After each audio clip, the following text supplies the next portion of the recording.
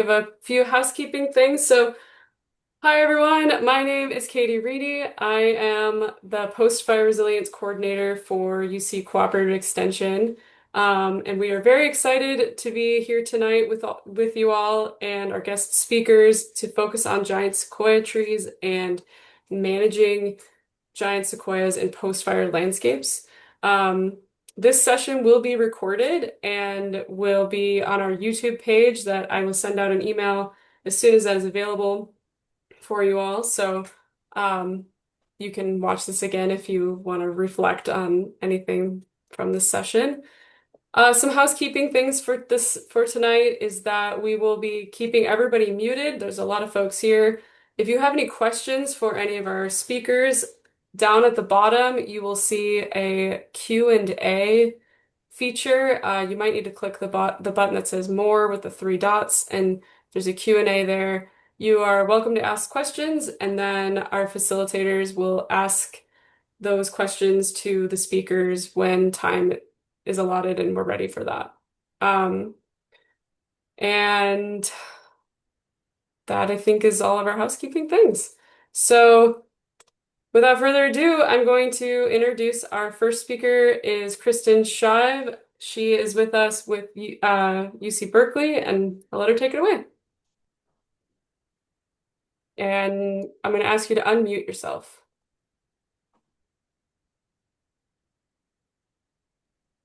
All right. Thanks for that, Katie. I'm going to go ahead and share some slides. Let's see, which is always an adventure on Zoom since I have two screens. Let's see.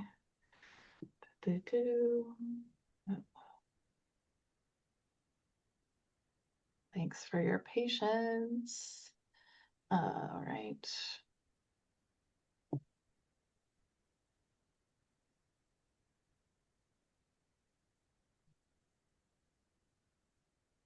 And I will ask my co-hosts how this is working. Looks like my internet's a little slow, so bear with me.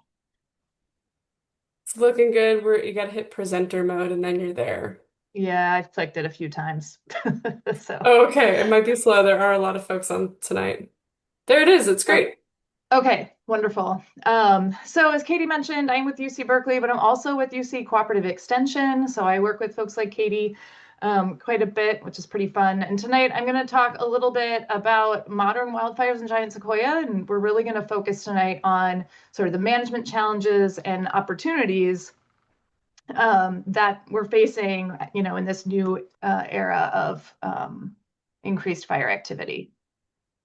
And so what I'm going to move through today is I'm going to start with a really broad overview of the species and its relationship to fire. And I'm going to talk about modern conditions out there, what those recent wildfires have looked like, and then some of the general post-fire management concerns. After that, we're going to shift to David Soderberg, and I'll introduce him in a minute, but he's a scientist who studies post-fire regeneration of sequoias, and he's got a lot of neat new research he's going to share.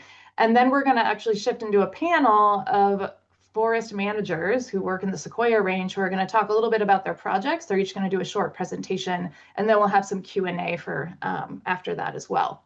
So jumping in to this overview of giant sequoia. So many of you probably know giant sequoias are restricted to the western slope of the Sierra Nevada. They encompass about 70 groves, depends, who's drawing the map, and they cover about 25,000 acres. As you can probably see, though, they're really concentrated down in the southern Sierra. We've got, one way up in Tahoe and a few scattered here and there, but the vast majority are down there in the southern Sierra. And that is where basically all of our speakers are going to be speaking about, because that's where all the fires have been happening. I wanted to note that you can see there's a bunch of different players who manage these lands. The Tule River tribe also manages some sequoia groves. We don't put them on the map because they prefer we not share that information. But they're another group that's really important manager in this range. So as again, there probably a lot of you already know this. That's why you're here. Giant sequoias are sort of like the ultimate tree of superlatives. They're the most massive individuals on Earth. They can reach diameters of up to 30 feet. They can be nearly 300 feet tall. And they're just really magnificent. They're also incredibly long-lived. The oldest ones we know of are over 3,000 years. They're highly resistant to insects and disease. That's part of how they live so long. They're also highly resistant to fire. They have this bark that's up to like 60 meters thick, and that helps insulate their inner living tissues from the heat of that fire. And when we think about their sort of historic fire regime, oh, sorry, I got an extra slide in there.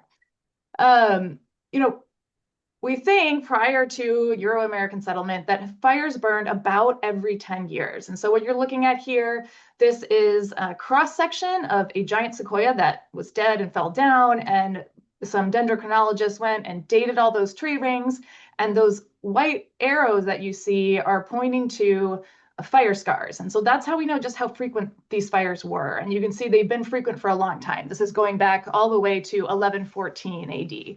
And so they were variable through time, but roughly every 10 years is a good average. And all those fires were really the result of both indigenous burning as well as lightning strikes. Because fires were so frequent, they were primarily of low severity, as you see here. This is a modern prescribed burn, but we think that it probably would have been pretty similar where the fire mostly stayed on the forest floor, cleaned up some of that woody debris and smaller trees and shrubs. And because those fires were so frequent, they kept coming through and clearing out all that brush, there wasn't really time between fires for significant fuel buildup. There were small pockets of high intensity, or you might say high severity, whereas in the low severity picture I'm showing here, most of those overstory trees are going to survive. In these smaller pockets of sort of higher severity, you will get some overstory tree mortality, primarily not the really big sequoias. So as you see here in the middle of the picture, you can see if I can get my pointer up. Laser pointer, excuse me. So you can see kind of here in the middle of the picture, there are all these trees that have brown crowns. The ones that don't have any more green, they're not going to make it. These ones here that are fully blackened are not going to make it. And these pockets of higher intensity that occurred would have occurred anywhere from a few tenths of an acre to several acres, but they would have been pretty small. You can see that the rest of the group has really good, healthy sequoias, and that you've got that ashy understory where the fire had burned through on the forest floor. And those pockets of high severity were really important for giant sequoia regeneration because sequoias have what we call serotinous cones. And so here you see these green fleshy cones. They will grow on the sequoia and stay in the canopy for 20 years or more. And when a fire comes through, it dries those cones out, it opens them up. So you see those cracks in that cone there after it's dried out. And all those little seeds that look like basically oatmeal flakes, those all kind of come out and they broadcast across the forest floor. And they do so, on this bare mineral soil that also has really nice ash, and the seedlings love that. So this is like an opportune time for basically for regeneration to occur. And the other thing that these fires do is it opens up the forest to allow more sunlight in. And as a result, you can get really ample regeneration after fire. And so it's a really tightly cued. So they're not just fire adapted, but they need fire. So shifting a little bit to modern conditions, I'm sure many know this story, and it is one that is common throughout the West, where when European Americans arrived, particularly like say late 1800s, we really started putting fires out. And so this is a picture from Mariposa Grove in Yosemite National Park. You can see the cavalry here that came, that was like some of the first people before the Park Service existed. They came to save the forest from wildfires. And that's both by putting out those lightning ignitions, but also prohibiting indigenous burning and actually making it, illegal. And then, of course, we have this guy, and Smokey's still got a role because we don't want people out playing with fire in the woods. But this started a campaign that really turned fire into a terrible, negative thing, and we needed to stop at all costs. And as a result, we've had well over a century, really 150 years in many places or more, of fire exclusion. So this picture is also from the Mariposa Grove in Yosemite, and you can see on the left from 1890. I think it's called the Confederate Group, and how that filled in by 1970. And that's because those regular fires were not coming through anymore to sort of, keep those tree densities down. And then, of course, the climate is warming. I'm not even going to go through this graph, but hopefully you can see that there's this general upward trend. And all of that is to say that temperature is increasing and so are fires. And then the other thing is the temperature is really drying out the fuels. And that's become a really critical factor in the increased fire activity that I'm sure you've all, or many of you at least, have already noticed in the Western US. And that equals a double whammy for our forests. And again, true for many forest types in the West, and Sequoia is, yet another one that has just come to this. And as a result, we are now getting giant sequoias being killed, like the really big ancient trees that have lived through dozens of fires, sometimes more than 100 even, if they're old enough. And you remember I showed you that small pocket of, high intensity that was natural part of the fire regime, most likely. We're now getting huge swaths of areas where the trees are killed. And because of these risks, this is the one thing I'll talk about, the sort of pre-fire actions that we take. We really, managers have been making an effort to restore giant sequoia. And we knew these risks were coming. And so for decades, I've been trying to do these treatments to reduce woody fuels and tree densities that can reduce fire severity. And so that includes prescribed fire, mechanical thinning, pile burning. But honestly, we were just not doing enough. But we do know they work, right? And so that's why we're putting all these efforts into them, because they will, if you get those woody fuels down and the tree densities down, you can reduce fire severity when it does come. This picture is from an area that had been prescribed burned before a 2021 wildfire, and you can see it looks pretty darn good. But as I already mentioned, our progress has been slow, and that is related to funding, staffing, environmental compliance that can sometimes slow the work down, trying to target the burn windows, the appropriate times of year to do prescribed burning. And then also we're challenged by just the scale of the need, because not only is it, there's a huge landscape out there, first. Second, it generally takes about 2 treatments at least to sort of get to those resilient conditions. It's, these forests are pretty degraded by having well over 100 years of no fire, and in many cases also history of logging. And so that, sort of increases just how much work needs to get done. And then on top of that, as time goes by, we need what we call maintenance treatments. These are fire adapted ecosystems. So it's not like once we get them in good shape, they're done, because fuels keep growing, right? Trees keep growing, woody debris keeps being created. And so when you think about the scale of that need, it's just been very hard to sort of restore that whole range. And so that sort of set the stage for us moving into basically 2015. And sort of the recent era of wildfires. But I'm going to back up a minute. I'm just going to show you a couple graphs today. So here we've got over on the y-axis here, that is acres burned. And then on the x-axis, we have time going back to 1910. And so this is strictly just area burned in giant sequoia. And you can see for a long time, we were really good at keeping fire out of there until we weren't, right? And so that's what's burned in just the last 10 years alone. And ultimately, that means like before 2015, only 7% of the whole range burned, but in the last 10 years, 84% has burned. But as I've already explained, I think, or at least touched on, how severely things burn is really, really critically important. So what this graph shows is wildfire severity. And severity is something that we can infer from basically satellite imagery, and those satellites went into orbit in 1984. And so that's when this graph starts.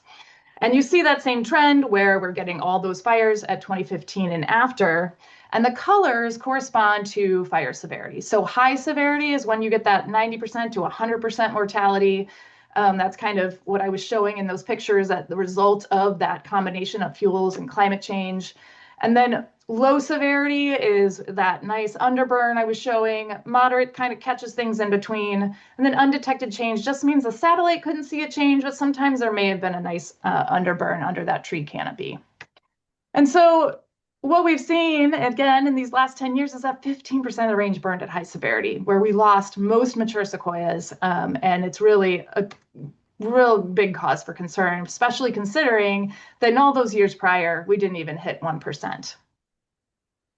And this is critically important for 2 things. And one is large sequoia mortality, and the second is seedling regeneration.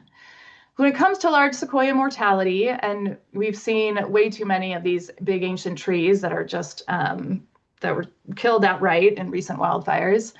I worked with partners, and David Soderberg was going to speak in a minute, actually led this analysis where we gathered data from all these different groups that had been out doing science after the fires. And we found we had almost 5,000 trees in the data set, and that enabled us to predict mortality across all the fires since 1984. And what we found, and this is in a paper that should be published very, very soon, is that about 18% of the entire range of giant sequoias, 18% of those larger sequoias, 4 feet or greater, have been killed. And nearly all of those were in these two big fire years of 2020 and 2021. The other big concern, of course, is in post-fire seedling regeneration. That serotiny I already talked about, that fire-stimulated seed release, it can result in a really robust generation, which is great news.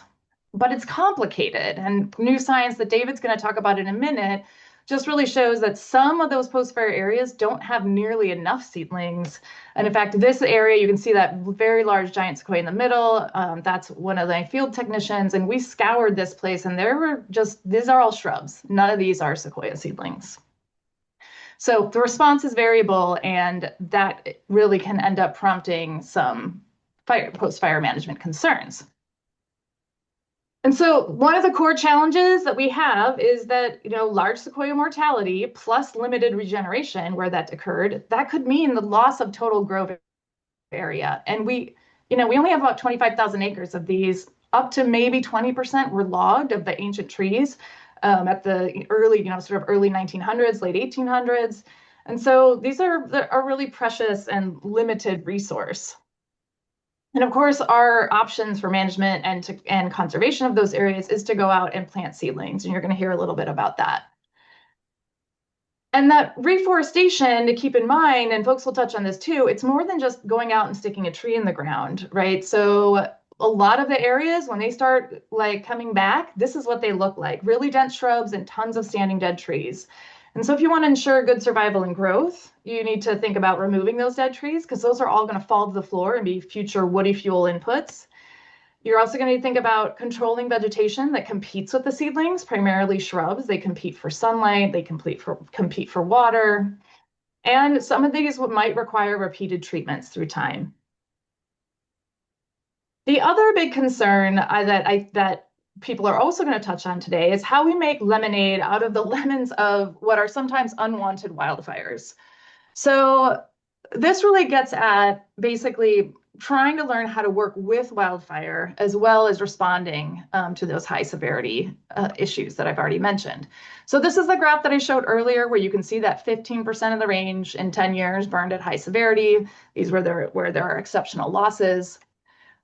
But I want to highlight how much area burned at low to moderate severity, and even burned in this undetected change where I said sometimes that even has a nice underburn. That's 58% of the range just in the low to moderate. And like I said, some of that undetected change did some good as well. And these are areas where you have mature tree survival. You also have a lot of woody fuel consumption and also reductions in tree density. So there was some good work done here. But as I already mentioned, often one treatment isn't enough. Most of these forests had not burned in a very long time or had mechanical thinning or any other types of treatments. And so basically, when we have these fires, all fires burn at a range of fire severities, right? It's not like, you hear about the really tragic outcomes of high severity, but that's not the entire fire, as I was showing in those graphs. And so there's a lot of nuance out there, but you could kind of think of it as two management concerns and pathways. And one, sorry, that I guess I got a little bit, my animations got a little screwy. But one of those pathways is, you have the high severity that I've already mentioned. There is that risk of habitat loss. And so people do reforestation. And that's a really important part of that post-fire work. But the other is that in those areas of low to moderate severity, we really have an opportunity to conserve giant sequoia. And what a lot of those areas are going to need is an additional fuel treatment to sort of like follow up and shore up what the fire already did. So we can take advantage of, in this case, the fire, it looks like it did a really nice prescribed burn that we consider restorative. We might go in and thin a few more trees, do another follow-up prescribed burn, and then hopefully get to a point where the forest is in really good condition. And then we're just thinking about doing management or maintenance treatments to sort of keep it in that good condition. And then when those fires come, again, it's just more likely that most of the trees are going to survive. Apologies. I needed to do a little more editing there. Okay. And so with that, I'm going to wrap up and I'll stop sharing my screen so that I can introduce David. And then we'll have some time for questions on both this big picture stuff and the seedling thing, information that David's going to share. We'll have a little bit of time to talk about that before we shift to the management folks. And so with that, I'd like to introduce David Soderberg. He works for USGS as a research scientist, and he is going to talk to us about what we're learning about seedling regeneration after wildfire and giant sequoia. So David, are you able to share your screen?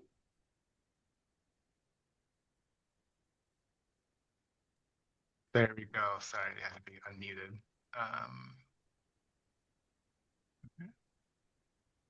I should have Cool, said thanks, that David Soderberg, he works at USGS associated with Sequoia Kings Canyon National Park. So he really works on a lot of issues in that part of the world.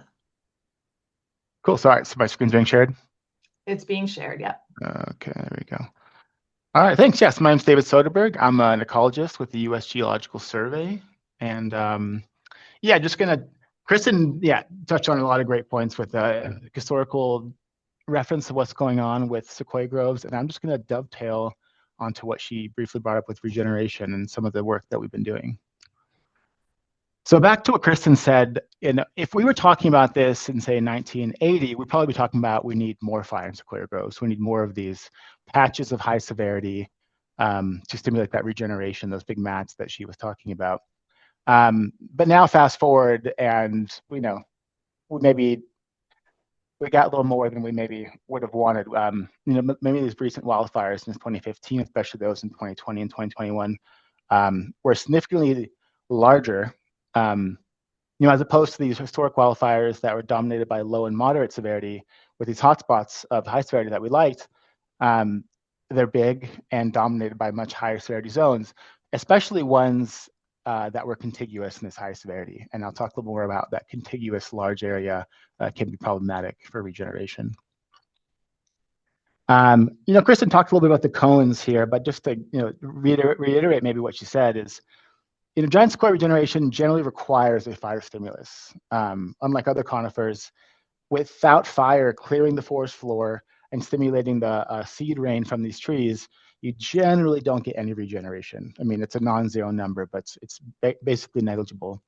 And the fire basically comes through, it burns the litter on the floor, exposes that bare mineral soil, and then the heat pulse goes into the canopy and stimulates that seed rain. Generally, it's from the desiccation of the cones. So you get the green cone that's tight with its scales, and then the desiccation after it dies releases that seed. It hits that exposed soil once the duff has been burned, and you get this cute little regen that comes afterward, and usually in large mats of it when you get these high severity pockets. But so, a major point I want to emphasize today is that, the severity of the fire has a large impact on the amount of regeneration that you get. So as Krista mentioned, this fire severity has a large impact on the amount of large seed-bearing trees that are killed. It's the same thing for regeneration. And so just an overview is that, at these lower fire severities, you have this picture here with this nice big green crown. The fire's low intensity. A lot of the heat doesn't get up into the canopy. Independent of what happens on the forest floor, you get seed release, but it's just minimal. A lot of that crown stays live, it stays intact, and your cone scales stay closed like this, and the minimal seed is released. But then once you get to the moderate to high severities, you get more of a picture like this, where that heat pulse into the crown is a lot hotter. You get, a lot of damage and even death to your canopy, your crowns, and get your foliage browning. That's dead foliage. But you also get dead cones, which when they're intact like this, is actually good for stimulating regeneration, because when they die, they dry out again, the scales open, and you get significant amounts of seed rain. But again, and Kristen touched on this, but these are some of those areas of concern that that she brought up. They look like this, and again, she had that photo with that big, large sequoia in the middle, and no regeneration was found in the proximal area. And what we're thinking is happening, in terms of regeneration, there is that, rather than in this previous slide, we have dead cones, but they're intact and they release seed. In this scenario, what we call maybe this more of extreme severity, you're getting crown fire. So you're getting a fire, the heat pulse extends into the crown, catches everything on fire, and you can actually consume the cones and the seeds they carry through either direct consumption in the crown, or it stimulates the cones to fall to the ground during the active fire, and you get a lot of that seed source going away and not being able to germinate. And so, as Krista mentioned, this is a bad tandem of your trees are dead, and the replacement for them that you assume are going to be there potentially are consumed as well in the fire. And so this is that relationship that I just described, but a little backed up with some data. So this is just a slice of some data that we're currently working on. We've compiled the data set across, from Kristen's team and many other researchers who are working in the recent years. It's almost just shy of 1,000 plots across 27 groves and 3 different fires. This is just a piece of that. Those dots don't summate to almost 1,000, but this is just to show that relationship that I described, where at the low ends of burn severity on the x-axis at the bottom, I talk about that seed release, but it's related to how much regeneration you get on the ground. You get, not that much regeneration at the lower end of burn severity, and then it climbs as you get hotter pulses. And it looks something like this. It's a hump shape. And these hot spots that Kristen talked about that, were deemed generally good for regeneration, happen probably somewhere towards the hump, or at the right towards hump of this curve, where you're stimulating a lot of regeneration.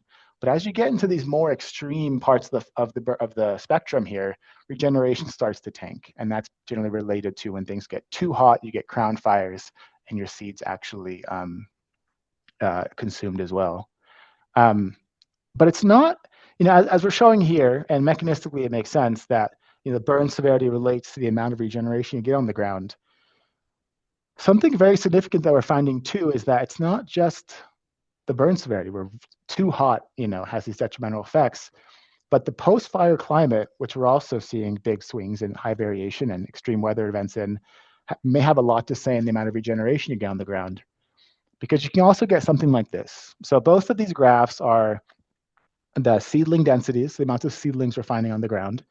Both are across the same burn severity spectrum, and both are taken 3 years post-fire. They're just from 2 different fires. And so the first figure on the left is from the KNP 2021 fire, and just 1 year before that was the 2020 Castle fire. And the seedling densities, again, across the whole burn severity spectrum, we're not trying to compare apples to oranges here. This is as close as we can get to apples, is you have an over 10x, so an order of magnitude difference in the total amount of seedlings you're getting. Now, there's a few explanations I could throw out here, but the main one seems to be climate driven. So after the Castle fire, we had the hottest and driest summer in our over 120-year record for which we have climate data. And for those of you that have seen Sequoia seedlings, or even a Sequoia seed, which looks like just a little oat flake, they're really fragile. They're really small and likely very susceptible to drying, to hot temperatures. And this is likely maybe what happened here is you had such an extreme weather event in the year following the initial burst of regeneration, which is by far and away most of the regeneration. Our data shows over 80% of the regeneration falls within the first year. Almost 20% second year, and it was negligible in the third year. So within this small 2-year window, if you have an extreme weather event, that's not good. If you have a lot of your trees die, and then you're hoping the regeneration is going to come at the back end of that, and then you get weather events, this could be a scenario of concern. And a point I'm trying to highlight as well, that I want you to take away with, is that all high severity effects are not equal. And so kind of back to these hotspots that I keep referring to. We get lots of regeneration. These are always referred as high severity. High severity is really good for giant sequoia, and that is true in certain contexts. But all high severity, again, is not created equal. So on this pink rectangle here is on the lower end of high severity. And it might approximate something in this picture I've showed previously, which you kill the trees. The majority of your seed-bearing trees are killed, but the seed is intact, seed rain is strong, and the regeneration fields are strong. You're still in this high density part of your regeneration hump. But as you can see here, this is also called high severity. And you have a different context. You have canopy fire, where your trees are dead, but we're getting into less certainty that the regeneration to follow is going to replenish what was lost.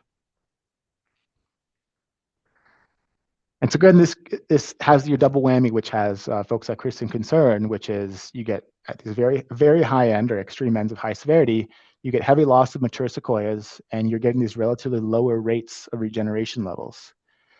And it's not just that, it's back to the first figure I showed, which showed that large patch of high severity. It's not just these small pockets that are well within the seed range of surviving trees, but you have these large patches that are potentially very distant, have a lot of areas very distant from seed sources down the road. And so it's right for managers to be concerned about the future of these areas.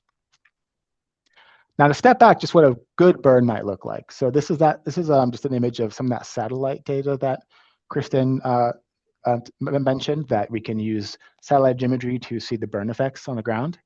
And these are 2 sequoia groves that burn the rough and KMP fire. And we would consider these probably really good burns. You have a modest amount of tree mortality, or it's dominated by low and moderate severity with these pockets of red high severity. And you probably have a modest amount of tree mortality, but not too much to raise your hair, and you're likely to get a good amount of regeneration stimulated after these fires. But we're also getting this happening to other groves. So again, this same fire, but just the rough fire, but the Converse Mountain Grove, and then one of our bigger sequoia groves, the Freeman Creek Grove. So for example, in the Converse Mountain fire here, you're not dominated by low, moderate pockets of high severity.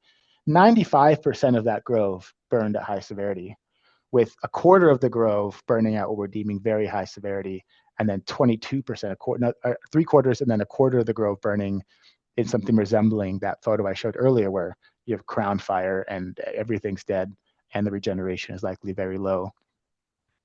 Now, the Converse Mountain Fires, Mountain Grove is a relatively smaller grove, and I show the Freeman Creek Grove, again, one of our larger groves, where 904 acres burned at high severity. Now, Krista mentioned about 25,000 acres in total. So that's, 3%, if I do my math right, of all the giant sequoia grove area burned at high severity in just this grove alone. So from a manager's perspective, this isn't just like a day trip to go see what happened. You might really have to take some trips to go out to see what's happening on the ground if conditions are as bad as you might worry about.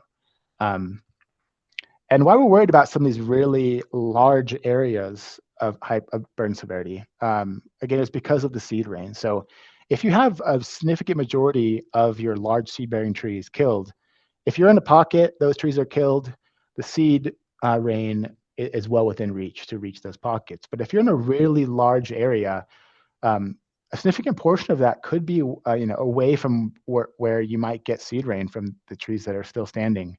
And so these larger areas, we found in our research, you even decline. It's not just the burn severity alone that's showing low regeneration levels. You actually decline your regeneration levels the deeper you get into these large patches. And when I talk about acres or hectares or these different units of area, I thought I'd just translate the football fields. And so from a manager's perspective of, I'm worried about Freeman Creek. How's Freeman Creek doing? It's translating the area here is, you have 685 football fields worth of high severity, 600 of what we're deeming very high, and 350 football fields worth of extreme severity that, for reasons I'm mentioning, that Kristen mentioned, should be of concern for managers to think about, if intervention would be needed. But that's up to those agencies. So to put this into, again, historical context, what's happened with these since 2015 to 2021 fires, Kristen had this timeline of affected sequoia grove over time, and she did mention all the good fire effects that have happened. I'm just showing here the extent of not just high severity, but very high and extreme severity, those upper ends of the spectrum. As much as we did get, a lot of good low, moderate, and low high severity area burned with good beneficial fire effects, these potentially very detrimental fire effects of close to 100% mortality and weak regeneration is unprecedented in what we can see with our satellite imagery or in the history that we know about for Sequoia. It wasn't until these years, and these years alone, more or less, that groves have burned like this, and to the extent, and to the contiguous nature of those large patches.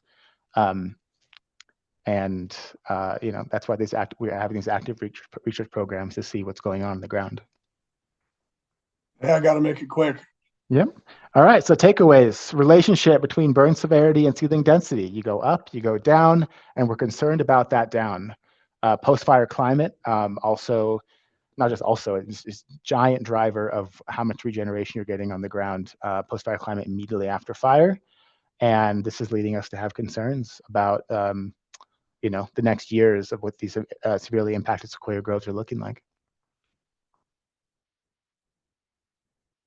So yeah, that's it. Thanks. Thanks, David. That was awesome. We have a little bit of time for questions. Katie and Bree, have you guys gotten any that you want to ask either of us? Sure. I think we have a couple. I don't think I introduced myself earlier. My name's Bree Baker. I work with Kristen at UC Berkeley, and I'll be kind of moderating her questions a little bit today. Starting out, maybe we can go back, and I have a question for you, Kristen. It's a little bit more of a pre-fire question around fuels management. But so some of the pictures that you showed included some examples where you can see that there were saplings cut down or removed during fuels management. And the question is whether if you can speak to whether the removal of those saplings and young trees during fuels reduction threatens stand and forest continuity and longevity.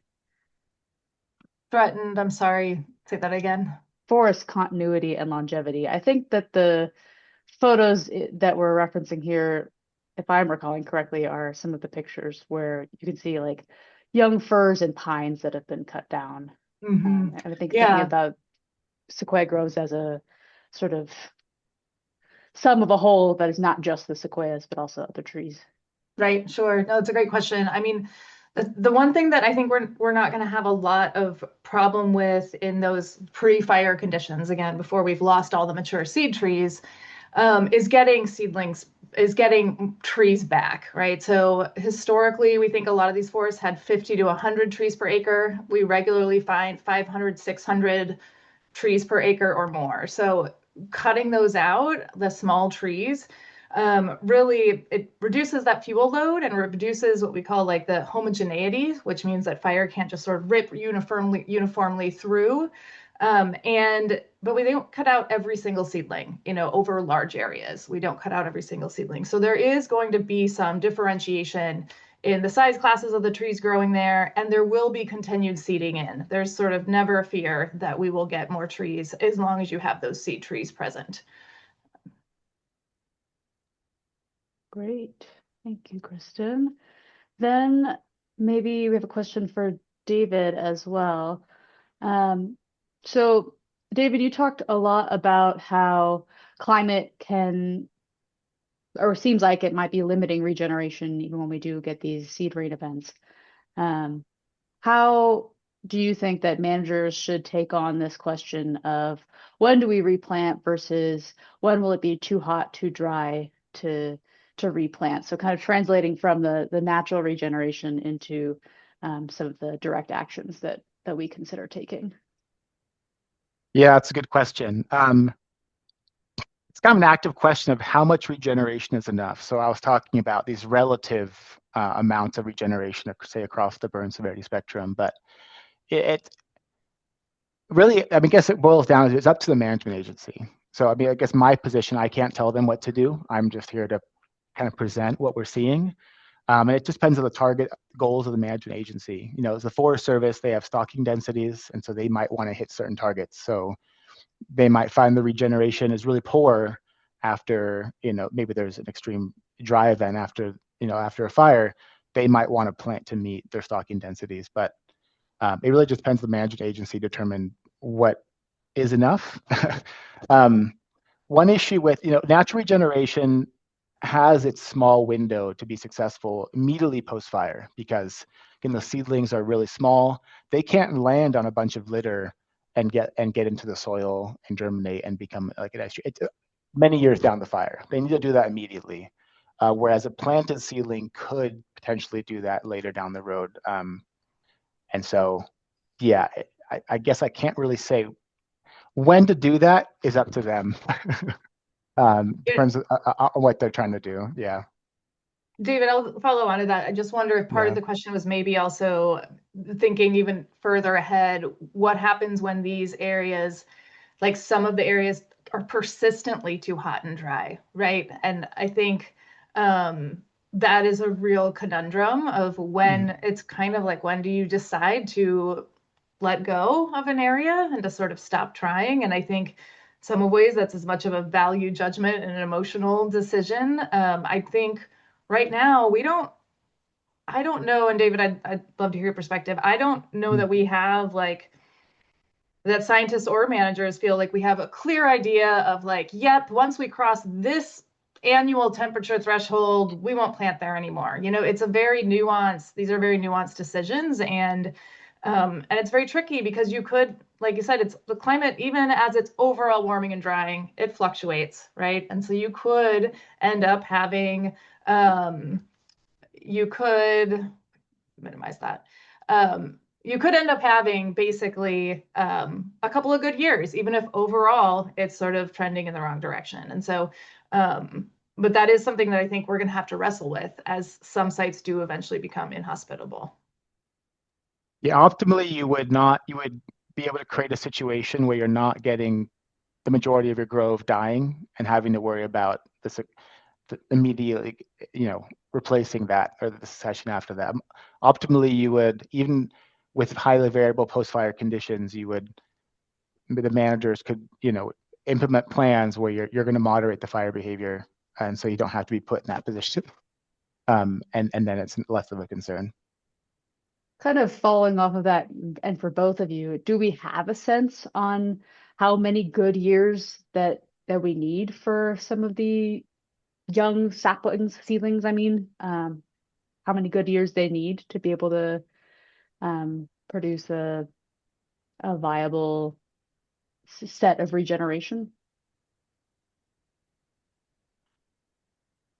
We don't have currently an accurate understanding of mortality rates in the immediately post-fire window. We do have some data on it, but it's contextual based on how dense it is with competition. Mortality rates are affected by, again, the post-fire climate. And I don't get too deep into speculating, but the farther away you get from a fire, the more stable your mortality rate is going to be lower and lower over time. So I guess all I can say is your mortality rate is much higher in the first 2 years following fire, and then things to stabilize a little bit. But the extent to which that is, the percentages, the rates are always going to vary in the context, and we don't have concrete data on that.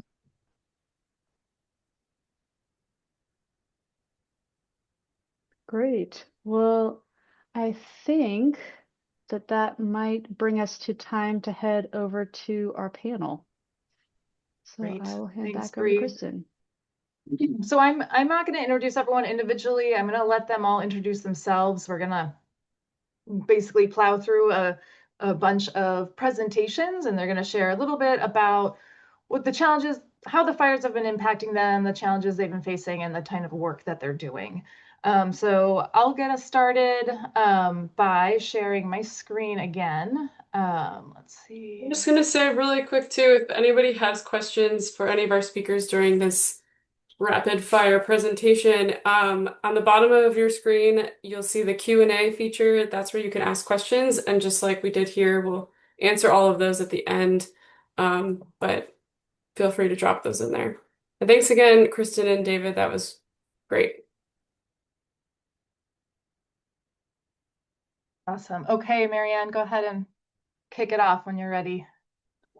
All right. Hello, everyone. I'm Marianne Emmendorfer. I'm the forest silviculturist on Sequoia National Forest, Giant Sequoia National Monument, and I'm the Giant Sequoia specialist there as well. So I get to focus on tree health, growing trees, and in particular, sequoias. Next slide, please.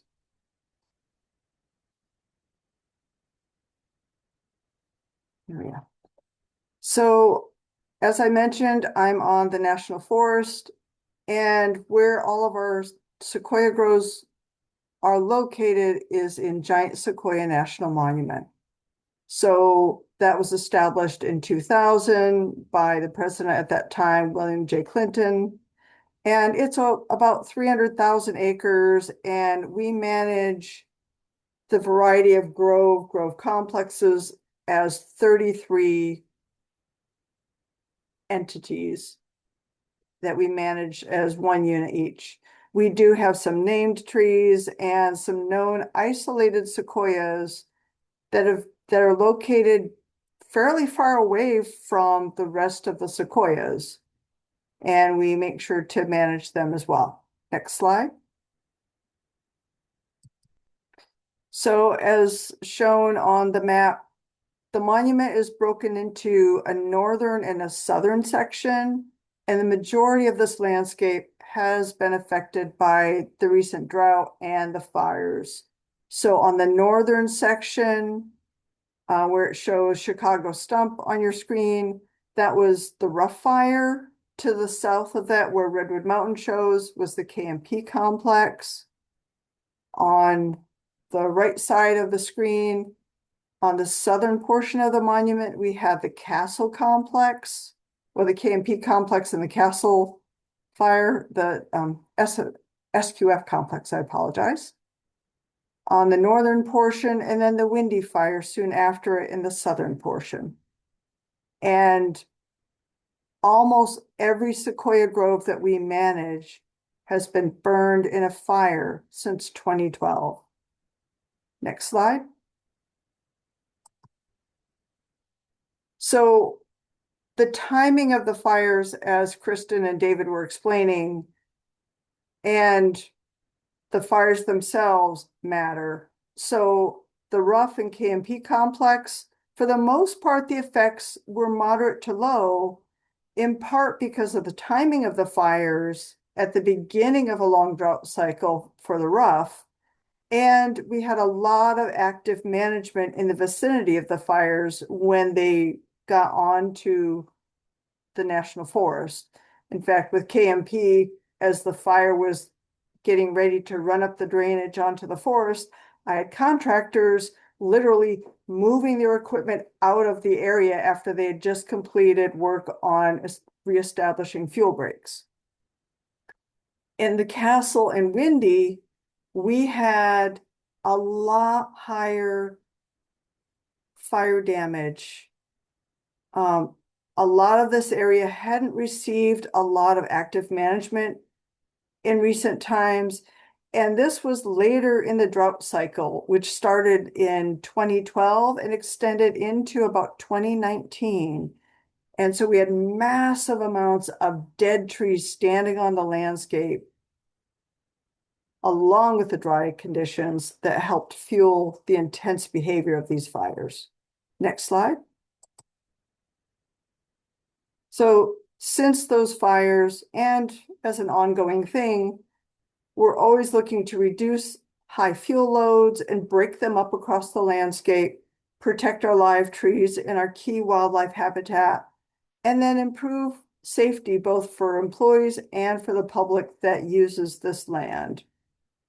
And our treatments vary across the landscape. They include mechanical treatments and manual treatments, prescribed burning, and then of course planting. And so within the groves in the last several years, I've got the statistics on the screen. Since 2023 through 2025, we've treated the majority of our sequoia groves and reduced fuels in them, and we've replanted some of those high severity patches that David showed, and we've treated approximately the same or more acreage in the areas surrounding the groves as well. Next slide. So our management concerns, it's really about getting the restoration work done at a rapid pace. And the things that affect our ability to do that is we have a large complex landscape, and we have certain things that we have to protect that affect the treatments that we can have on that landscape. We also have a lot of fuel that's accumulating through the regrowth and the dead trees coming down. And then we also have a lot of partners that we're working with, which is a wonderful thing, but coordinating them and their efforts to make sure that we don't get the cart before the horse. So we want to get the fuels reduction happening before we would try to plant those areas again where we have little regeneration. So it takes a lot of coordination and management to make things happen. Next slide. So we have a lot of treatments that are planned already in our groves, in addition to what's going on. So, we're continuing the work that's going on, and these are in a variety of groves that include, manual and mechanical treatments, pile burning, underburning, in groves across the monument, and sometimes in partnership with other managers of groves like the Park Service or Tule River Tribe and Mountain Home. Next slide. More of our planned treatments going into the future. We're looking at additional work in alder, starvation, Deer Creek, and Perone groves, starting as soon as this year and moving into the future. Next slide. So some of the unique challenges we have, as Kristen mentioned, the variety of capacity issues. We've had a lot of staff turnover. The funding is always going up and down. We have training and certification requirements that people have to even do some of the work that's required. And then we've even had issues with our tree nursery and their capacity to provide enough seedlings for us that are healthy and disease-free to plant. Because we can't just go to Lowe's and buy a bunch of trees. We have to go through and make sure that we have healthy seedlings to put in that don't introduce pests. And we have the monument plan has a diameter limit of 20 inches, which can make it difficult to remove all the fuels to truly improve forest health and restore proper function to the ecosystem. We have stochastic events. In 2023, many people in California remember the atmospheric rivers that hit all of us. That caused a lot of delays and changed the landscape in some cases. And then, timing is a key piece of anything we do. The seasonality of field work, processing timelines when we're working with partners to get funding in place and grants and things like that. And then, of course, the burn windows are very limited, especially when our wildfire season has extended. That all affects it. And then one thing that was really unique that we've run into with these recent fires is giant sequoias as hazard trees, which are objects to protect in the monument. So next slide, please. We went ahead and we developed specific guidelines for the large sequoias that, like in the Evans Grove complex, can be right next to a road that people drive. So we developed an addendum to our hazard tree guidelines to help guide managers on when and where a large sequoia might need to be cut down before it falls down and hits somebody. So we're continuing to move forward, and trying to abate the hazards to our sequoias and the people using these public lands. Next slide, please. And I'll turn it over to Jim. Thank you very much.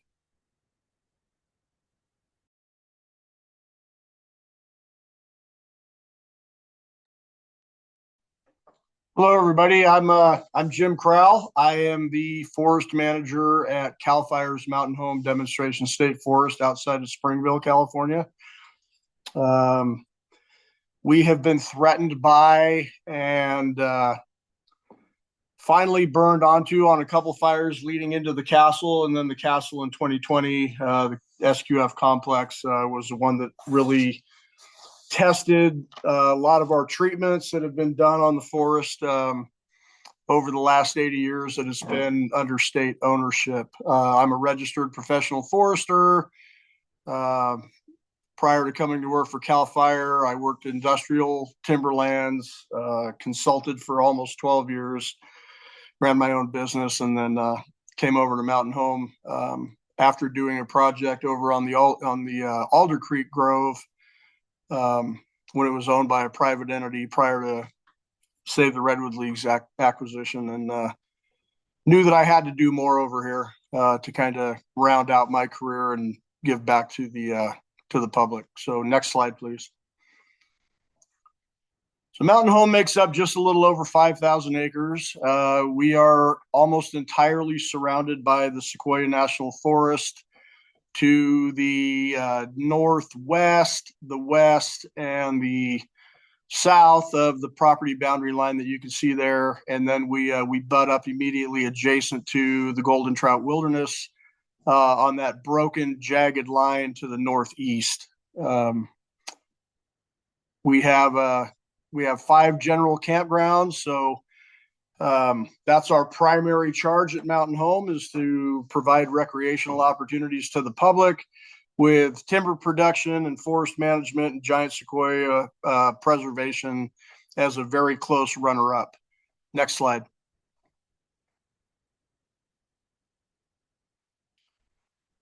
So we first got wind of the SQF complex when it was 2 small fires burning in the Golden Trout Wilderness, and the fire burned for almost a month before it entered onto the forest, which was it reared its ugly head. On Labor Day weekend, and trying to evacuate 97 campsites and the 70 campsites at Tulare County's Balch Park on Labor Day weekend proved to be quite difficult, but we got it done. And then the wind shifted and the skies cleared, and we had about a week to go out and do some work around some of our infrastructure. And then the following weekend, on the 13th of September, we finally brought resources in to start reconstructing fire line that was put in during the deep fire in 2004, and discovered that we had fire throughout the forest in various stages of intensity. So we lost about 1,800 acres of the almost 5,070 acres that burned at high severity, literally stand replacing fire. The remaining acreage experienced really low to moderate intensity. I mean, it was, initially my first observations were, wow, man, I mean, if this is what a wildfire looks like at Mountain Home, I'll take it, everywhere, until we started getting around the fringes. But internally in the main part of the grove, it looked really good. We had great fire behavior, mostly due to past management activities. We did intensive salvage harvesting during the 6 to 8 years of drought leading into the castle, and it really paid dividends. I mean, we surround Balch Park, and Balch Park experienced very little mortality.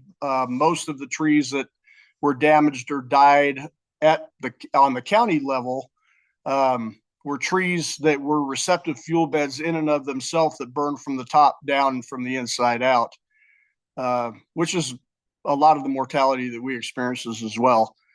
And then, we did a 200-acre prescribed burn in 2019, 11 and a half months before the SQF complex entered onto the state forest. And the very eerie thing was, in the area where we had done the prescribed burn, the large old growth chunks and big stumps that were spared in the prescribed burn was the only fuel present, and that was a receptive fuel bed, if that's any indication of how dry the conditions were. Next slide, please. So the main focus that I've had as the manager here, immediately during, in the 85 days that I was on that fire, and probably equal amount of hours that I slept during that period of time, it was, what are we going to do to get the forest back to a condition that it was prior to? And now, granted, we're never going to see this in our lifetimes, but I started preparing harvest documents, so on and so forth, because I wanted to be first out of the gate when spring came in 2021. I had a great plan. I ordered 212,000 seedlings, all of which were ready to plant in 2022. However, I anticipated hauling 25 to 30 log truck loads a day of salvage timber off the forest over the course of the next couple of years. And the mill said that our local sawmill said they would take every log that we could give them as long as we didn't send them more than 8 loads a day. So created quite a challenge. What am I going to do with all these seedlings? And, we move forward. That's another story. But anyway, since the fire, we've salvaged almost everything that burned that we could get conventional logging equipment on. We've done a considerable amount of site preparation, whether it was burning, logging slash. We've done over 1,000 acres of herbicide treatment. We've been piling and burning. We've done some broadcast burning, and we've done a considerable amount of tree planting. To date, we've got almost 240,000 seedlings planted, and we're scheduled to receive another almost 50,000 or almost 48,000 trees in 2027. The brush response, this was a failure on my part. We were not seeing much of it for the first couple years. It looked pretty good. By the time I had the contractor come out in the spring of 24, we were looking at deer brush that was about 18 to 24 inches tall. And when they showed up to spray the following spring, this stuff blew up to average height of about 5.5 to 6 feet. Currently, we're focusing on reestablishing the shaded fuel break, which really moderated fire behavior coming out of the Wishon Fork of the Tule River Canyon. And we've been burning that logging slash and blowdown. And just to give you an indication, we're all hearing that we're out of the drought, but last week we were burning under really favorable conditions, considering that we were surrounded by black acres. But the little bit of duff that was on the ground with 11% relative humidity values was a receptive fuel bed. And we got really good creep that, basically connected one pile to the other. It looks fantastic. Next slide, please. So, unique challenges. Mountain Home is a destination forest for the general public, from local here in California to international clients that come here to look at giant sequoia. Marianne touched on it earlier, what constitute a hazard in these fire weakened trees. And, the tree parked there in front of my truck, that thing was about 13 feet in diameter. It left a 4.5 foot trough in the middle of one of our roads. It took us 2 years to coordinate efforts to remove something like that. I do have one tree in a very popular campground that needs to be resolved just because it's an attractive nuisance. But anyway, I touched earlier about the brush response kind of put us behind the ball. Unfortunately, with all the CAL FIRE grant money that's out there, the state can't pay the state. So I congratulate everybody that gets some of those dollars. We get none. So we have to be very, very careful and very diligent in our planning efforts to try to get a lot done with very little. Cooperation with the Sequoia National Forest is going to be critical to protect our boundaries. I've got some ideas. I've been in discussion with the Sequoia, and I'm hoping that Marianne and I can sit down and talk about some of my ideas. And then the delayed mortality it's been rather depressing. I think all of the grove managers probably did not anticipate that we were going to see these trees dying 4 to 5 years after the fire moved through. I have my theories, which are all based on anecdotal evidence, but yeah, it's a challenge. I can say so far this winter we're not seeing any additional dieback in Sequoia since we've been watching them over the course of the last almost 6 years. What I can say is that it looks to me like it's cambial damage. I think a lot of what we're experiencing is we did not have a very good winter going into the summer of 2020. We didn't have much of a snowpack. And my gut just tells me that a lot of this delayed mortality was because that thick bark didn't absorb any moisture and the duff didn't absorb much moisture. So when even low intensity fire crept around these big trees, there wasn't any energy being released in the form of steam. It would just chew through that bark and get right into the cambium layer. So there was a comment made earlier about seedling survival. I totally agree with David. A lot of it is timing. And I hope maybe he can comment when I'm done or at the end of the panel discussion on the amount of seed rain and the snowpack that was received immediately after seed rain. We didn't get much snow that winter in 2020, 2021. We did have in the spring, we had a considerable amount of seedling development throughout the forest where the groves were.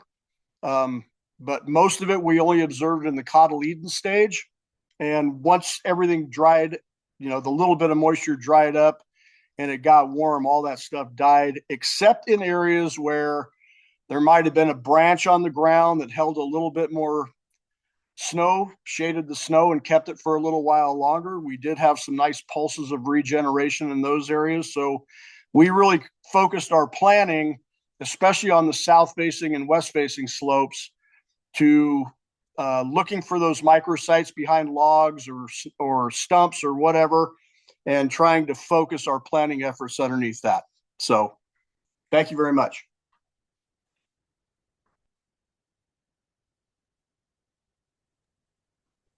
Thanks, Jim. I'm up next. Hi, everybody. I'm Ben Blom. I'm the Director of Stewardship and Restoration for Save the Redwoods League. And really excited to be here with you today. Next slide, please. So what I do, so I'm the Director of Stewardship and Restoration for Save the Redwoods League, which means I oversee our restoration program across the state.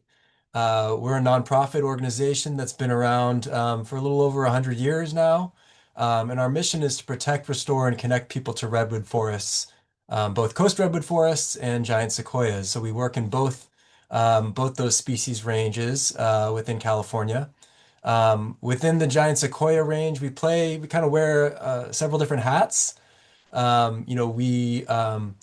we're kind of an unusual nonprofit where our focus is really a whole range of a species, we're kind of uniquely positioned to be kind of a convener and supporter for giant sequoia work that happens across the whole range of the species. So we've been one of the kind of the key folks that have been really bringing together a group called the Giant Sequoia Lands Coalition, that is basically consisting of all of the folks that manage giant sequoias across the whole range, whether that's agency folks like Marianne and Jame, tribal partners that we work with, and a whole host of other nonprofits that we work with across the whole range. So we're kind of a convener and backbone for that group. Um, we own the largest kind of privately owned giant sequoia grove in the range, and that's a place called Alder Creek Grove, which Jim actually mentioned in his talk briefly. Um, that was the last, largely privately held grove within the range, and we purchased that grove in 2019 for long-term protection. So we purchased it about 6 months before the Castle Fire. I wish we had more time to do some work out there before the fire hit. Um, and so we are a steward of giant sequoia groves on our own lands. We also partner with others. So we've supported work at Calaveras Big Trees State Park in the past, and now we are kind of in year 4 of a 5-year partnership with the Sequoia National Forest to work with them on the Giant Sequoia National Monument to improve forest health across several groves within the national monument. We also have a science team and support science and applied research across the giant sequoias. And everything that we do in partnership. Because we manage a private giant sequoia grove, it gives us a little bit of flexibility that public agencies don't necessarily have. So we've been able to use our Alder Creek property both as a place where we can do applied research, but also as a place where we can bring people together. So we host cultural burns with our tribal partners there, and we're able to do kind of some unique things that would be more difficult on public lands. Um, Next slide, please. So the map on the left shows just a different perspective on the full range of the giant sequoias. All the way in the north, up on the Tahoe National Forest, is the furthest north grove, which is kind of each grove is outlined in basically in brown there. Um, and so, as I said, we've worked within Calaveras Big Trees State Park. We also own a property adjacent to that state park. But the focus of our work in the last really 4 years has been in the southern end of the range. And that is kind of highlighted in that second map there.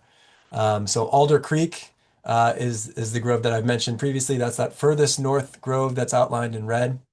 And then we've taken on stewardship and support for the Forest Service and other groves within the National Monument within this larger area. And so, back in 2022, we were talking to our partners, particularly the Forest Service, about what we could do post-fire. So this whole landscape had burned either within the Castle Fire in 2020 or the Windy Fire in 2021. And there was just an incredible amount of post-fire work that had to happen within the National Monument and on our private property there at Alder Creek. And so we were looking around for places where we could really use our expertise and kind of leverage that to get more work done on the ground than could otherwise happen without our support. And we focused around 4 groves. So one was that Alder Creek Grove, and there's portions of that grove that go onto the Forest Service as well.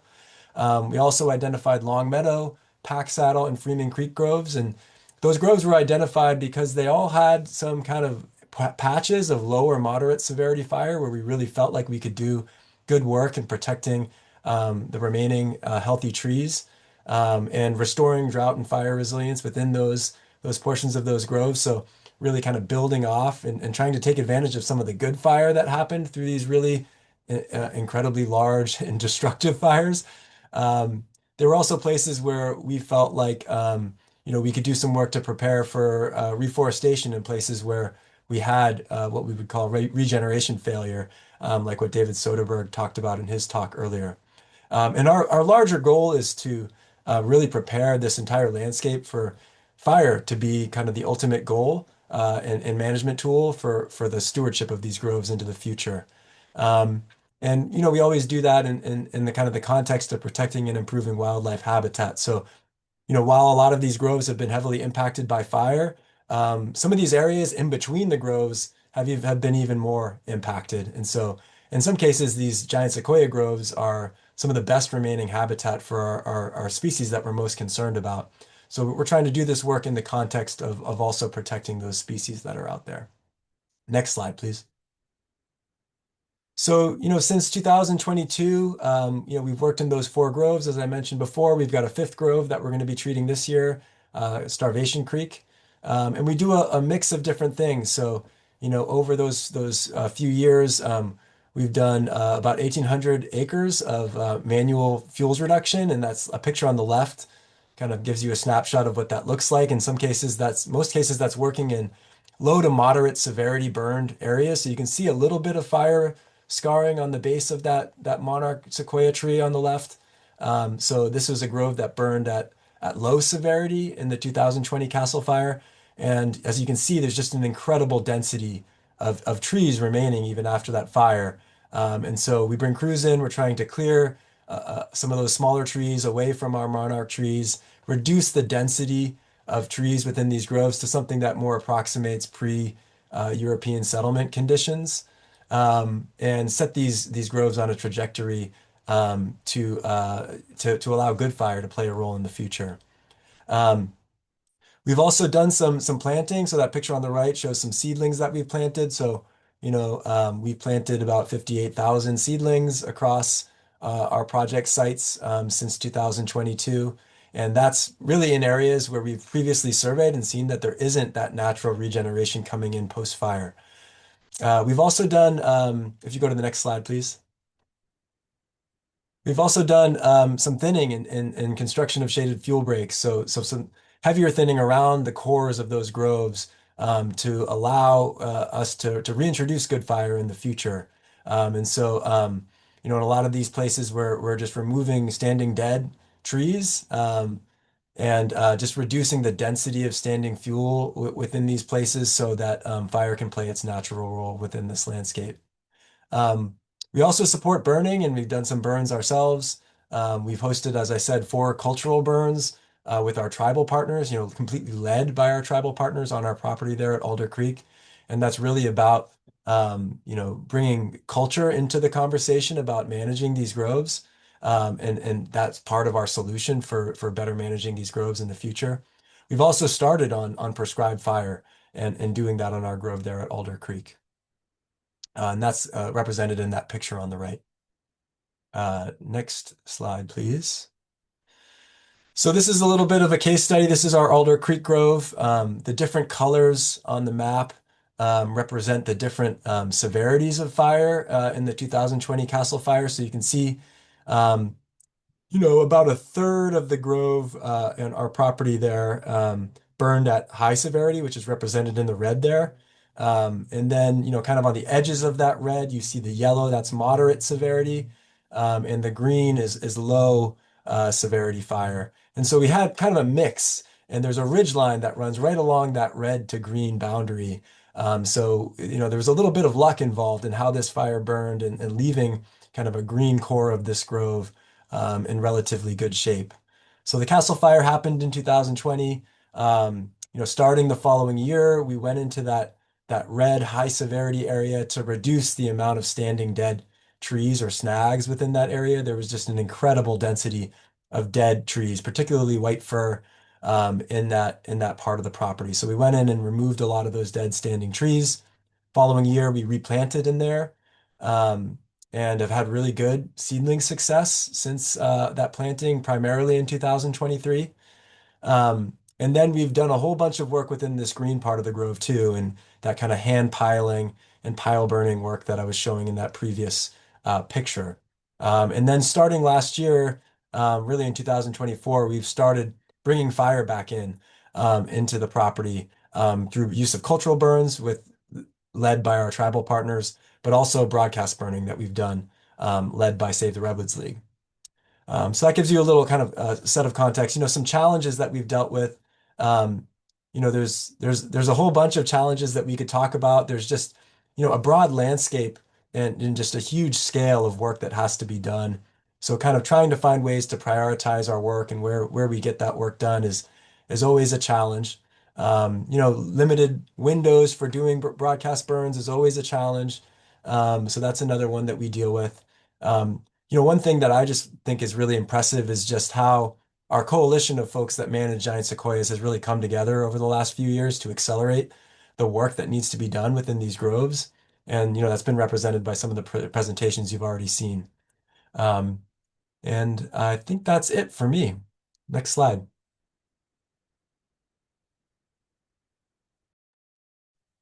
Great. Thanks, Ben. I'm going to start my timer here.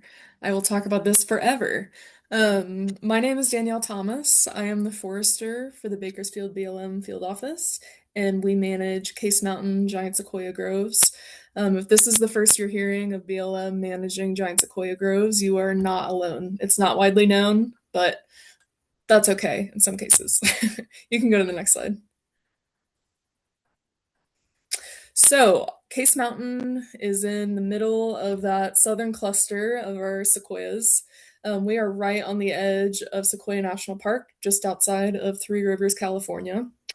On the right, that shows you kind of the spread of our sequoia groves. We manage it as 6 distinct giant sequoia groves, but there is some debate about what a grove really is or a unit, but that's for another seminar. So you can see on the map, the yellow is all BLM and the white is private. So we have about a 50-50 split, maybe a little more on private, but we have really great private landowners up there. And so a lot of our active forest management, we're able to treat across all 6 groves, no matter our boundaries. So it's amazing. You can go to the next slide. So our area historically saw a lot of logging and grazing, and the most recent wildfire was in the 80s. And since then, like Kristen said, there's been a lot of work put into trying to do some fuels reduction, but we just didn't do enough. So that brought us to 2024, and the most forest managers talk about, I feel like, managing forests as if it's like a ticking time bomb in some ways. Like before the fire came, I was trying to get a bunch of stuff done so that if a fire came, would be ready. And now, even after fire came, I'm trying to get a bunch of stuff done so that it doesn't reburn and we don't see a lot of negative effects, and we're trying to get everything back on a steady disturbance regime. So the 2024 coffee pot fire, it was a natural start in the wilderness of Sequoia National Park, and it was managed, but there was a rollout due to terrain, and it threatened our sequoia groves. The unique thing about the coffee pot fire was that it happened several years after the Giant Sequoia Lands Coalition that Ben mentioned was put together. So by that point, we had a really good network of giant sequoia experts and researchers and some people with a lot of experience burning in groves that could come help out. So as a smaller forest managing agency, we got the best of the best with Sequoia experts to come help, a lot of who are on this call. And so we were able, and I have to mention the fire conditions made it so that we had about 2 weeks before any actual fire came through our groves to do some prep work. So the picture on the bottom right, you can see this is what a part of our groves looked like after we did prep work for fire. So what that meant was that the incident management team assigned us some crews, and the Sequoia experts were able to go up and kind of point out some fuels reduction work and duff raking around the base of these giant trees to clear out some of the fuel load so that we could, when fire came through, there was less risk of it burning super hot or climbing up into the canopy. So overall, the coffee pot fire was pretty largely beneficial. We got some pockets of high severity where we might not see a lot of regeneration, a lot of trees died, and unfortunately, we did lose 11 of our 110 old growth giant sequoias. That being said, it was not nearly as bad as it could have been, and not nearly as bad as some of the fires that we've seen in the last 10 years affecting giant sequoias. So, like I said, our resources available for the coffee pot fire was a big pro, and we got a lot of great fire. We got some really good management happening across the forest that improves our habitat and decreases the chances of a high severity fire coming through immediately in the next few years. However, we definitely have a lot of work to do now after the fire. So, with our moderate and high severity fires, we have a lot of dead trees, and we might see a lot of delayed mortality in those areas where it just takes several years for the trees to actually die. So we need to go through and do some big work to clean up after the fire. And we're also monitoring our natural regeneration of some of our native forest species, specifically giant sequoia. You can go to the next slide. So we've got a lot of plans. Like I said, our biggest obstacle right now is to clear out some of the dead and dying trees. So we're going to do hazard tree removal along the roads to provide access.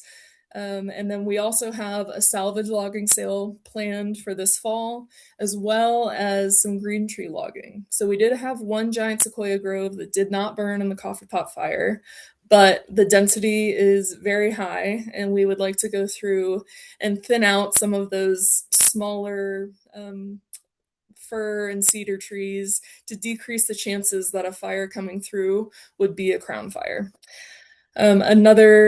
We've got a lot of containment lines that were put in during the coffee pot fire. So we kind of want to take that and run with it and implement burn units throughout our forest so that we can break the forest up into smaller, more manageable chunks. Like I said, we're kind of a smaller forest managing agency. And so having the personnel as well, many agencies are having staffing issues, but I've noticed in our agency specifically, getting the fire personnel to go up and do prescribed burns is really, really hard. So if I can make it a smaller, more manageable chunk, it's more likely to get done, and then we can just do a circular nature and hit each unit in a routine fashion. So our whole project area is about 1,600 acres across BLM and private land. You can go to the next slide. Yeah, so there's some standard challenges and some kind of unique challenges. I think a unique part of Case Mountain is the access. It is only accessible through two primitive dirt roads that gain like a mile in elevation over 11 miles, and they blow out every spring, and it's just kind of tough to get up there, even on a good day. So when there's good conditions to burn at the top of the mountain, the chances that we can get enough people up there is very low. We've gotten every vehicle known to man stuck up there. Another challenge, which is a good challenge, we have some sensitive species up there. So we've got Pacific fisher, which is that top picture, and we've got California spotted owls, which is great. And their requirements for their breeding season are hard to work around. And with an already hard to access area, it's tough to get enough time in the year to really do some effective forest management. They're worth it though. They're pretty cute. We'll keep them. Another challenge is funding.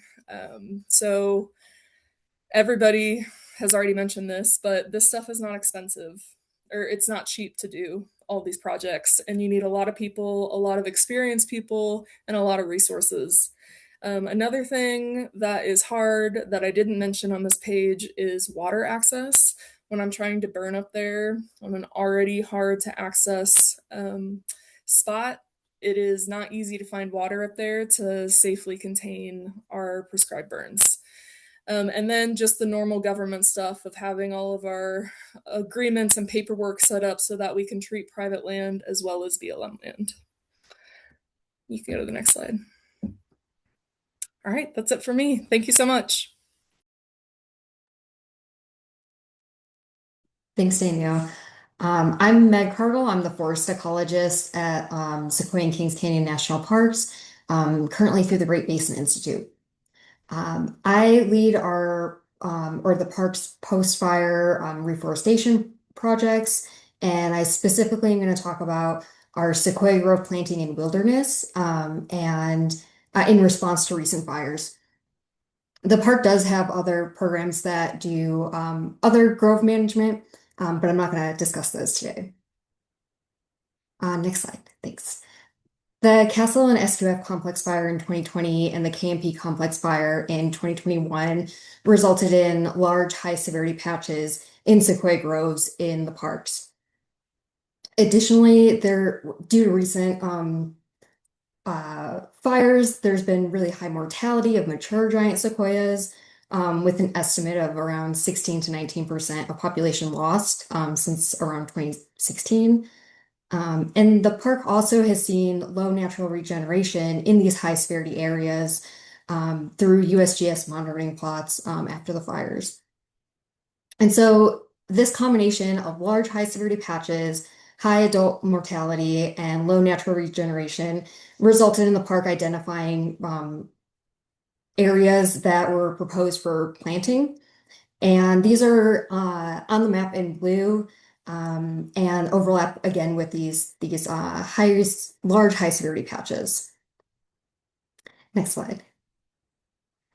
And so the park used a decision tree framework to identify which of these areas truly needed restoration planting and were unlikely to actually return to a sequoia grove and recover to that, and instead potentially type convert into a mixed conifer forest or even a shrubland.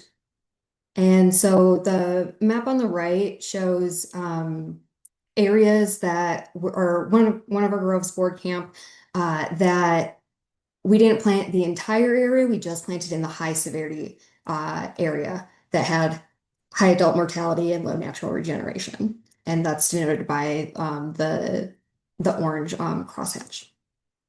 Next slide, please. Okay, so the park planted in 2023 and 2025. We planted giant sequoia and a suite of mixed conifer species shown here. We also planted 20% of non-local giant sequoia genetics for assisted migration. So taking seeds from hotter, drier climates and putting them into these groves that may better match hotter, drier future climate conditions. We also planted in a pattern that's scattered individuals, clumps of seedlings, and then large openings to better mimic a natural forest since we were planting in wilderness. So in 2023, we planted Redwood Mountain and Board Camp groves for a total of around 104,000 trees, with 69,000 of those being giant sequoia. And in 2025, we planted those same groves again, as well as the additional groves of New Oriole Lake, Homer's Nose, and Dillonwood. And we were able to plant around 57,000 trees that year, with 21,000 being giant sequoia. Next slide, please. So we had a variety of challenges and lessons learned, and I want to echo everything that everyone else has already said, but I wanted to highlight just a couple here today.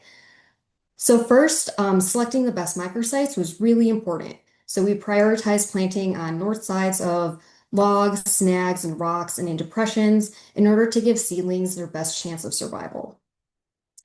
We also found that keeping seedlings cool was really important.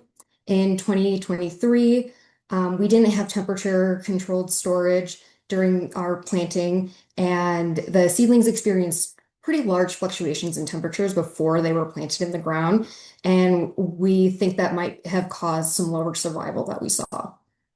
So in 2025, we actually flew seedlings in coolers into our backcountry sites, and you can see that pictured here. This is Board Camp in that background slope is the actual grove, and that's also what my background is here, and you can see potentially these like white toothpicks. These are the dead sequoia trees. And so we flew those seedlings out and then hiked them to their planting units. For our more front country sites, we were able to rent a refrigerator truck to have cool storage closer to the planting site, and then used mules to actually bring the seedlings into the grow. Another point that I wanted to bring up as maybe a common challenge that a lot of land managers experience is having seed and seedling shortages. So in 2023, we didn't have all of the species that we wanted. We didn't have seed available for those species. And then in 2025, there was a tough year growing seedlings in the nursery for giant sequoias. And so we weren't able to have as many giant sequoias as we originally wanted. So this has resulted in splitting the planting across multiple years to fill just our original planting prescriptions. Another point I wanted to bring up was that it takes multiple years to collect cones, clean seed, and propagate seedlings. So it's really important to seed bank now and get those cones collected, get those seeds processed so that we can respond faster to the next fire and actually get onto the landscape, plant seedlings when the conditions are more suitable for seedling establishment in those first few years post-fire, rather than waiting 3 to 5+ years after a fire when conditions aren't as suitable, but then the materials are actually ready for planting. And I tried to keep it brief, so I'm gonna leave it at that for my intro. Thank you. Thanks, Meg, and thanks to all of our speakers so much. We really appreciate you guys making the time. And let me close out of my PowerPoint there. And so now we have time for a few questions. I would say I recognize that it's almost 8 o'clock on a Thursday night. So for those of you who were able to hang with us, we really appreciate it and hope you learned a lot. And we will shift now to our moderators who have been hopefully gathering questions from you all, from all of the attendees for our panel of managers. Great. Yeah. To start out with, so I know we had a couple questions that were sort of go backs to Kristen and David, but I will save those until after we've spoken with the panelists for a little bit. First one being for Marianne specifically, is that someone is wondering whether they can access the hazard tree guidelines that you referenced. I could go ahead and share those with individuals. If you want to email me, or like if somebody wants I to. can, Marianne, if you send it to me, I'll make it available to everyone. I'm gonna send a follow-up email to everybody so I can share it then. Okay, yeah. That also goes for anybody. If any of these panelists have any content that they want to share, you can share it with me and then I can make it available to everyone. Great, thank you. All right, let's see. So one question that this is kind of directed towards Meg, but other folks might have thoughts to share as well. But folks are wondering if there are any instances of management, including trying to expand smaller sequoia groves and planting outside of historic grove boundaries, either kind of in those smaller groves or also like moving them to new places, doing kind of assisted migration. Maybe we can start with Meg and then see if other folks want to speak to that as well. Sure. For Sequoia and Kings Canyon National Park, the policy is to not plant outside of sequoia groves. So we do have to stay within those boundaries, but we've been able to do a little bit of ground truthing during the planting. And if we see seedlings that are, just outside the grove boundary, we've been able to plant like where we see naturally regenerating seedlings, if there are any, but that's been pretty sparse. So we stay we stay within the grove boundary. So that sounds like it's probably driven partially by the sort of goals of NPS. It sounds like Yeah, Marianne might that's have park an policy. additional, Yeah. yeah, kind of thought on that from a Forest Service perspective. Yes, with the Forest Service, we've actually participated in what are called common garden studies, where we've actually outplanted sequoias and other conifers and other trees in specific locations outside of their normal range and from multiple seed sources to see how they grow in those areas. And that's some of the information that we've gathered over time that informs the assisted migration that folks are doing now. And so we have a fairly long history of that. We have done it with sequoias, and we've also outplanted sequoias into some of our general plantations. We did a lot of that in the 70s and 80s, so people shouldn't be surprised to find them in other locations. And of course, a lot of people like the way young sequoias look, and they plant them in their gardens, on their yards, at public sites. So you will find sequoias actually all around the world. Does anyone else want to speak to that before I move on to another question? All right, then maybe for the whole group here, do you all kind of sometimes feel like you have to choose between planting in high severity areas and doing fuels reduction in intact forests, either in unburned or lower severity burned areas? A lot of you talked a bit about capacity, potentially being a constraint there, but do you feel like you have to make those sorts of trade-offs, and what's going through your head when you make those? I'll chime in on this. So, I mean, first and foremost, it's getting our productive ground back into production. I was hired to be a forest manager and not a brush field manager, so I am focusing on rehabilitating the areas that got wasted and getting them back into a forested landscape. I think if anybody came out here and visited and drove through some of these areas that were burned severely, we've got trees that are 4 and 5 feet tall now. We're well on our way to establishing a new forest, but that does not discount the efforts that are taking place in the green parts of the forest, where we are doing further treatments to continue down that path of fuel reduction, knowing that, if we're looking at a 10-year fire cycle, particularly now with all the fuel that surrounds us and is even on us, we are trying to prepare for the next fire and save what we have.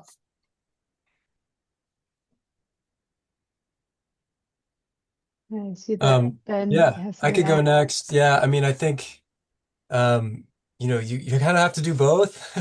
Unfortunately, I mean, the fortunate thing is that, the season for planting and the season for a lot of the fuels and thinning work is typically, they're typically different seasons, but both require a lot of input of time and energy.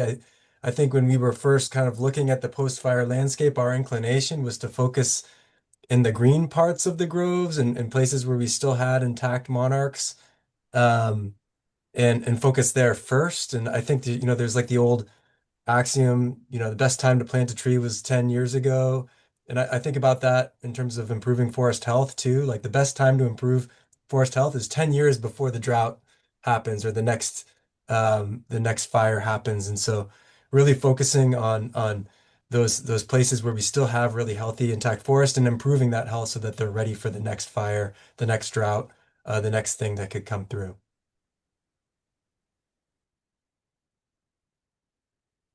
And Danielle, do you want to add to that as well?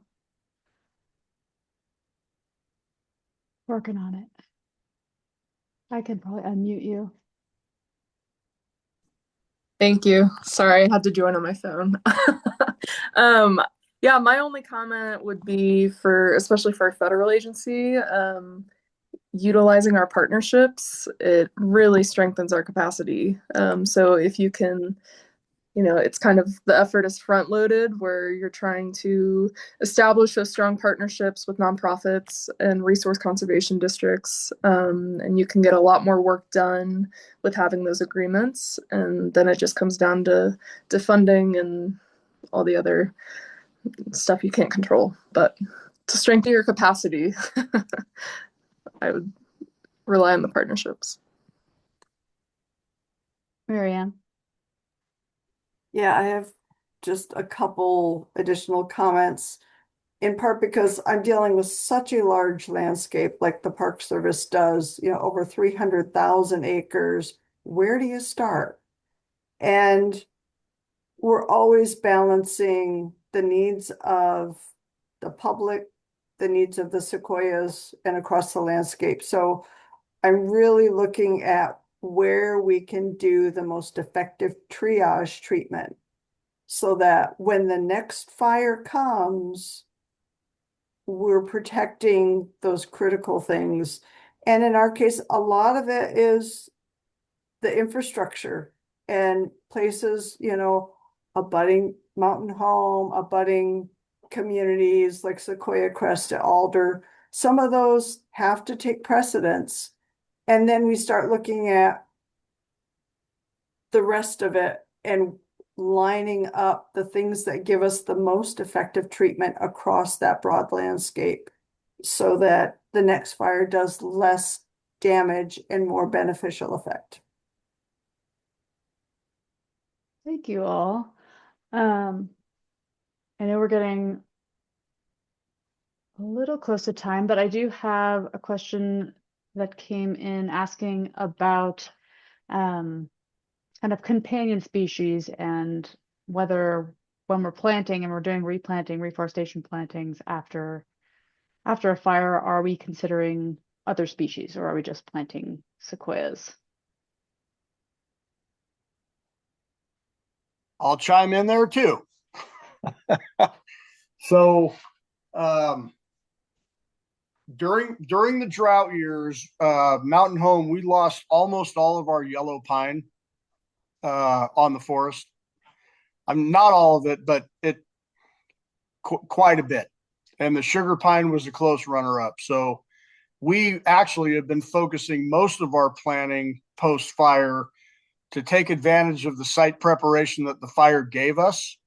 And we've been planting heavy to the pine species, but we are mixing in giant sequoia. But we have had really good natural regeneration post fire in most places. So the giant sequoia that we're mixing in is probably constituting about 25 to 30% of what we're planting on the ground. So yeah, we're trying to maintain that that mixed conifer structure with giant sequoia still being a major player.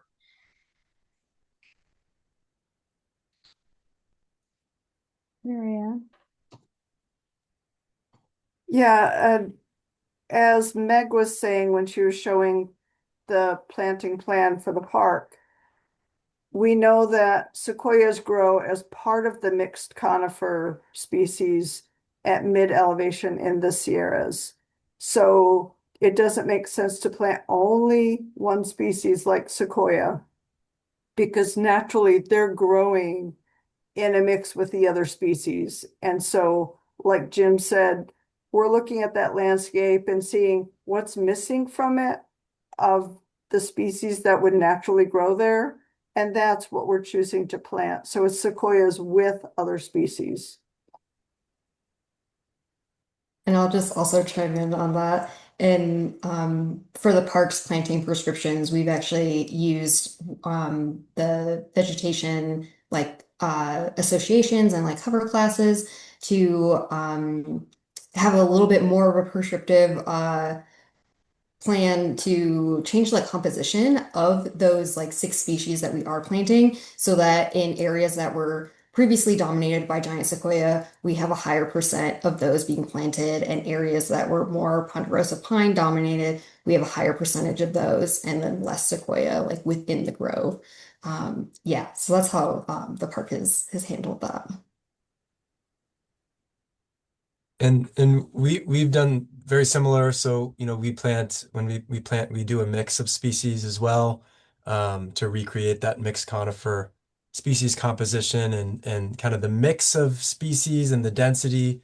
We try to plant, with kind of the topography in mind, the site class and the moisture there, and trying to find the right seed mix for the right site. So it really is kind of site dependent. Great, thanks you all. I kind of have a follow-up off of this, although maybe Kristen has something she wants to say first. Oh, no, go ahead. We have a couple minutes. Okay. Was so the question that came from the participant was focused a little bit, I think, more on like planting other species, but has there been any thought to the kind of like soils that we're planting in terms of like the soil mixtures that we're putting seedlings from the nursery in, or any kind of inoculation of um kind of wow, I'm losing the word. But Mycorrhizal. thank you, mycorrhizae. Any consideration of those pieces that we know are important for trees to grow generally? Okay, so I'll go first again. Most of what we're getting out of the nurseries anymore is already inoculated with mycorrhiza to some extent, but at least at Mountain Home, our soil was not damaged so much that the mycorrhizal component is denuded. So we are planting forest species back on forest land, hoping to recreate what we had prior to the fire in very simple terms. I saw a hand Great. from David for a second, but did you change your mind? Yeah, well, I was going to give a half answer, which is there are research groups doing this currently with Sequoia seedlings. Meg, yeah, she nodded as well. But there's not a part of the group right now. So the answer was people are doing this and looking into different treatments, different mycorrhizal soils, and other types of soils to see the effect on the seedling growth. I can't speak to the details, and no one here can as well, but it's happening. Well, thank I can you. actually speak a little bit to that. Yeah, We only also have a working. minute or two left. Just keep that in mind, Meg. Yeah. Okay, yeah. But yeah, we are underway with that soil inoculation outplanting project for giant sequoias, and we're hoping to plant them in Redwood Mountain this year. So more to come from that. Awesome. Thanks, Meg. Yeah, and when you talk about mycorrhizae, we're talking about just beneficial fungi that live in the soil that may have been killed by the fire, and scientists are experimenting with how we might supplement those after fire. And so I want to thank our panelists so much for joining us, and David for also presenting on his recent research. You guys have been incredible, and I'm going to pass it back to Katie to just close us out. And we have a poll for you. I hope you take the time to take it. So go for it, Yeah, Katie. I couldn't have said that any better. Yeah, I've learned so much tonight. Thank you so much to all of our panelists. I just launched a two-question poll for you all. So there's just one, scroll right down. And we really appreciate your time. It's been a pleasure to spend the evening with you all, and I will be probably mid next week, or like by Thursday next week, I will send you all an email with any of these resources that the panelists want to share with you, as well as the link to the recording for this session if you want to share it with somebody who couldn't make it this evening. And we have lots of other forest stewardship resources and information, educational stuff on these topics. So be sure to check out our website for more information on any of this work and science that is constantly coming out because of all these wonderful people. So thank you, everyone. Big round of applause for everyone once again. This is my favorite at the end of every Zoom. So take care, enjoy your evenings, and maybe one day we'll all get to see each other in real life. So, and if you have any follow-up questions, feel free to reach out to me. See each other in real life and in the Sequoias. Yes. Take care, everyone.